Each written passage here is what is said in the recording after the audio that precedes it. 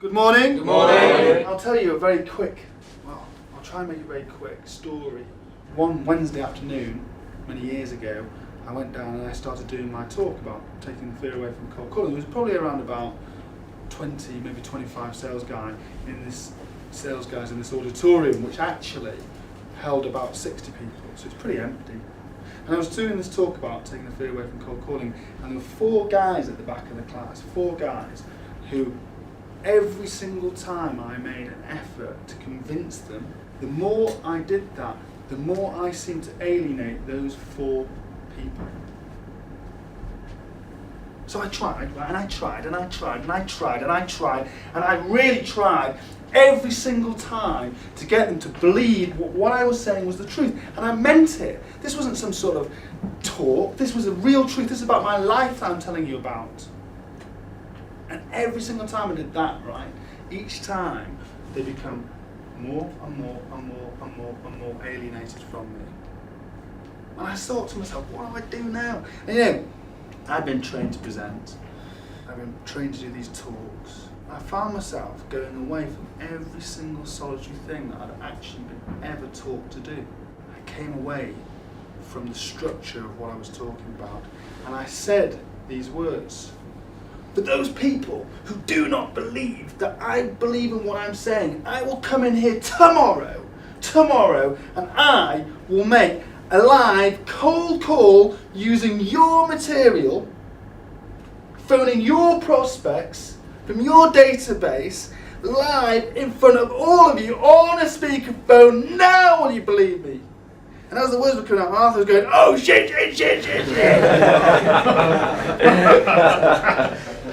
And this happened. I said, coming out, right? And these guys, were like that. First time I gained eye contact with those 4 people. So anyway, I finished the talk. There were like 3 steps to the stage, So I come down, right? Mike Healy said to me, bloody hell, dude. He said, that was marvellous. I said, did you like that talk, Mike? Hoping he'd forget the fact that I'd said anything. He said, oh yeah, he said, but the most powerful part was when you said that you are going to come in here tomorrow at 9 o'clock and make a live cold call in front of all those guys. It's wonderful. I can't believe that you do such a thing. And I was thinking, neither can I, right? Neither can I. So the next morning I got up, I hardly had any sleep. And I walked to the business, which is just up the road, and as I opened the door, Mike Healy, the sales director, was standing there at 5 to 9 in the reception, and he went, Dermot Collins, how are you, mate? We're all waiting for you. None of us thought you'd show. And I'm going, are you now? And he went, yes. He said, you'll never believe it. It's really busy. Come on. I promise you, it was like marching to my end. It was awful. And one of the guys truthfully turned to me and went, all right, mate, are you here to see this dickhead making fun of himself as well? And I stopped and went, something like that, yeah. So I stood at the bottom of these steps. I climbed 1, climbed 2, and I climbed onto the 3rd step. On the 3rd step, my entire life changed.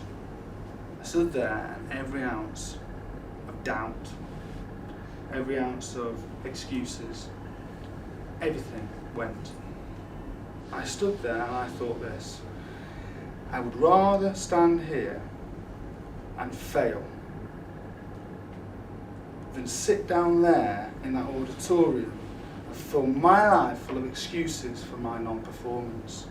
So I cannot lose. How can you lose what you never had?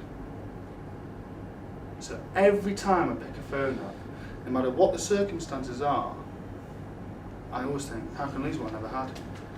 To my amazement, the phone rang, the receptionist answered, I used the techniques that I'd been teaching. I went through to a decision maker, I had a 15-minute telephone conversation with him, I handled a bit of rejection, I handled a few objections, I talked about how busy we both were as individuals, I built a relationship with him over the telephone, and I gained a commitment for an appointment. And I stood there, and there was an amazing silence. And I think what the silence represented was the fact that I've just given you the world, I've taken something from you. And what I took from you was the fact that it can't be done. Whether you choose to do it is up to you. But you can't say it can't be done anymore.